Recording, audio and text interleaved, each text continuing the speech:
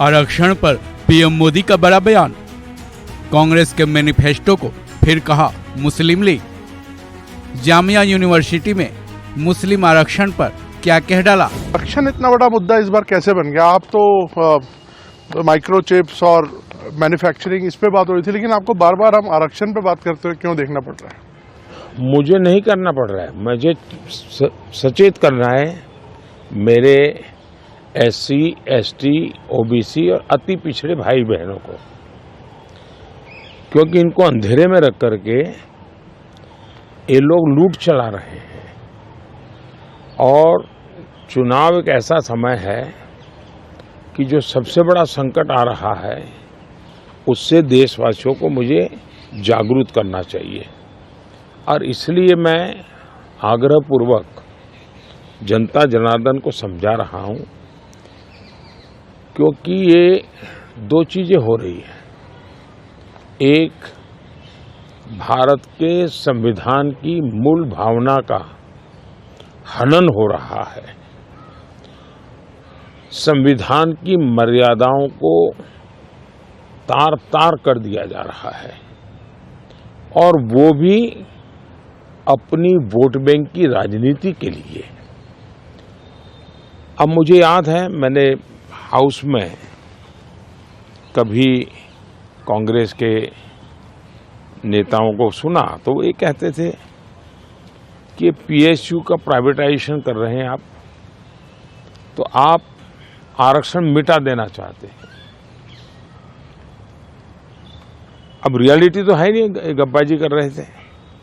लेकिन मेरे सामने आया कि जो लोग इतने बड़े दलितों के हितैषी अपने आप को कहते हैं, आदिवासियों के हितैषी कहते हैं, वे हकीकत में उनके घोर दुश्मन हैं।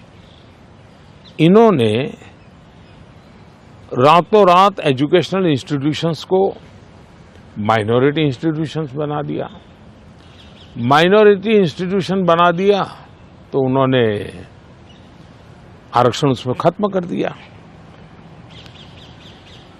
अब उनके अधिकार क्षेत्र में नहीं था, वैसा एक नियम बदल दिया उन्होंने, और यूनिवर्सिटी तक को माइनॉरिटी स्टेटस दे दिया। अब दिल्ली में ही जामिया मिलिया जो यूनिवर्सिटी है, उसको उन्होंने माइनॉरिटी बनाते, उसमें सारे आरक्षण खत्म हो गए। एडमिशन में भी नहीं, नौकरी में भी नहीं। और बाद में तो चीजें उभर करके आई कि करीब करीब 10,000 ऐसे इंस्टीट्यूशंस हैं जिसको इस प्रकार से आरक्षण के जो SC, ST, OBC का अधिकार था वो पिछले दरवाजे से उसको छीन लिया गया है, संविधान की पीठ में छोड़ा भगा दिया है। बाबा साहब आम्बेडकर ने जिस सपने से ये व्यवस्था खड़ी की थी, उसको इन्होंने वोट बैंक के लिए गिरवी रख दिया है। तो ये एक चिंताजनक बातें मेरे सामने जब आई, तब मुझे लगा कि मेरा दायित्व बनता है कि मैं देश को अवगत। इतने में इनका मैनिफेस्टो आया। इस मैनिफेस्टो ने और चौंका दिया, और इसलिए मैंने पहला मैनिफेस्टो देखते ही मेरा पहला कमेंट था कि ये मैनिफेस्टो पर मुस्लिम लीग की छवि है। तो 2-3 दिन तो उनको लगा कि इसका जवाब देने की जरूरत नहीं है, ये अपने आप ही बात खत्म हो जाएगी।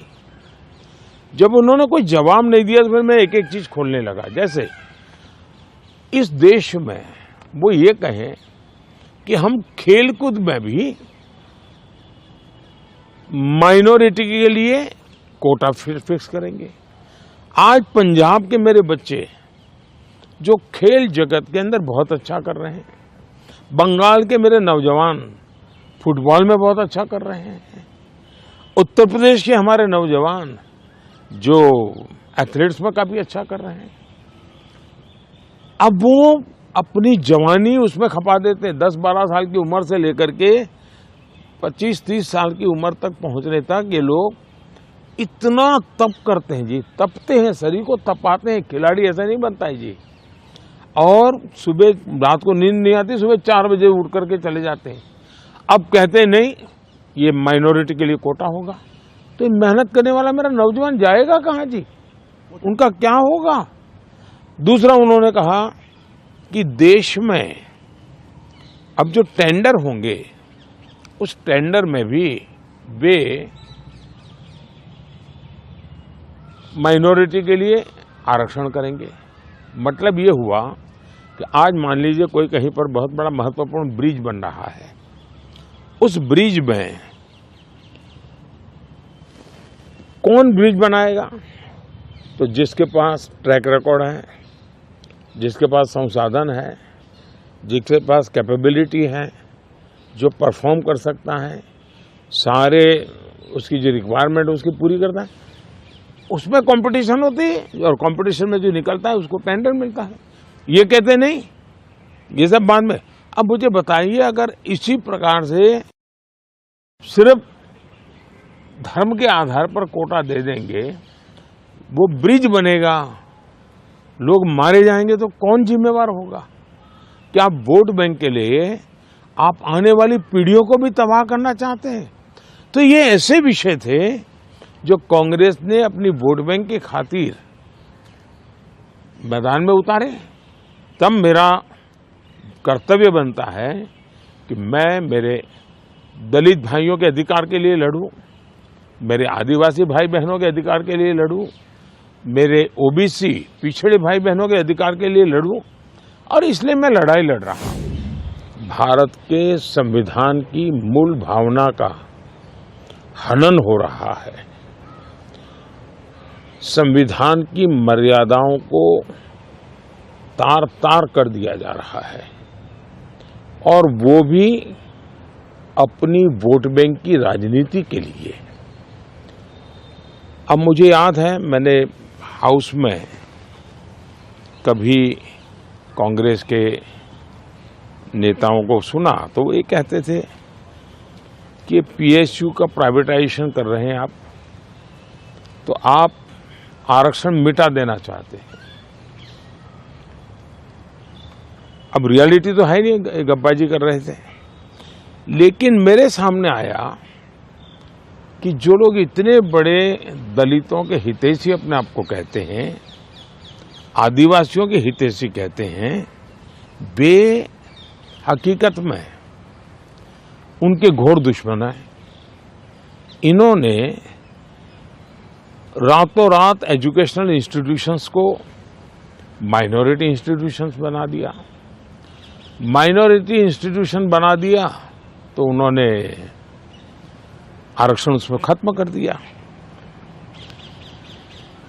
अब उनके अधिकार क्षेत्र में नहीं था, वैसा एक नियम बदल दिया उन्होंने, और यूनिवर्सिटी तक को माइनॉरिटी स्टेटस दे दिया।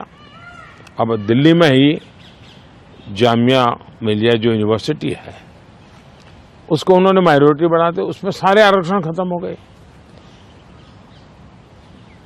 एडमिशन में भी नहीं, नौकरी में भी नहीं। और बाद में तो चीजें उभर करके आई कि करीब करीब 10,000 ऐसे इंस्टीट्यूशंस हैं जिसको इस प्रकार से आरक्षण के जो एससी, एसटी, ओबीसी का अधिकार था वो पिछले दरवाजे से उसको छीन लिया गया है।